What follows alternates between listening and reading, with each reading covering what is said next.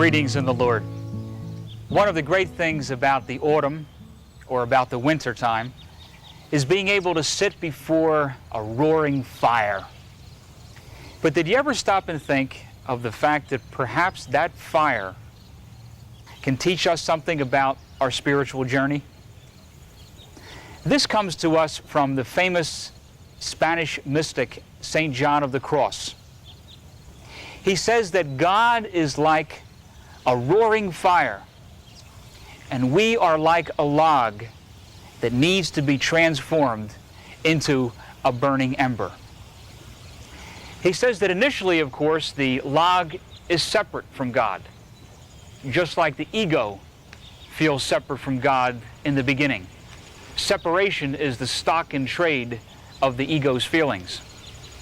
But then usually something comes along and throws us, unwillingly, into the fire of God's love.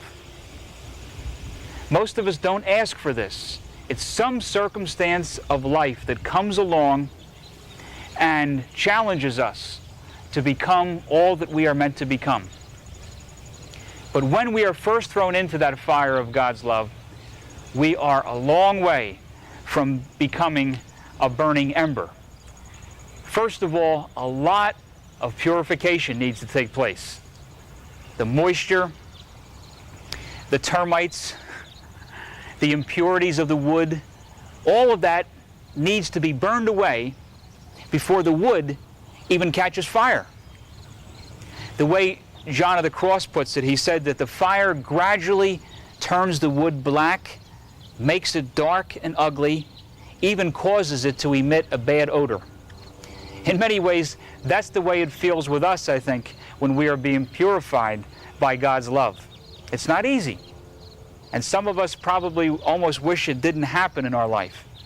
But as it begins to happen, we know that this is our final destiny, and we are being invited into a life that gives us happiness that we never dreamed of before. And when it happens, we eventually feel transformed. The fire of God's love begins to consume us. And then we are, in a sense, the way St. Paul puts it, no longer under the law. We no longer feel like there's a big separation between ourselves and God. We have become one with that fire. And you and I know that the only way that we are going to find that happiness that we're all so desperately looking for is when we allow ourselves to be thrown in to the fire of God's love, to be consumed, and to become a burning ember.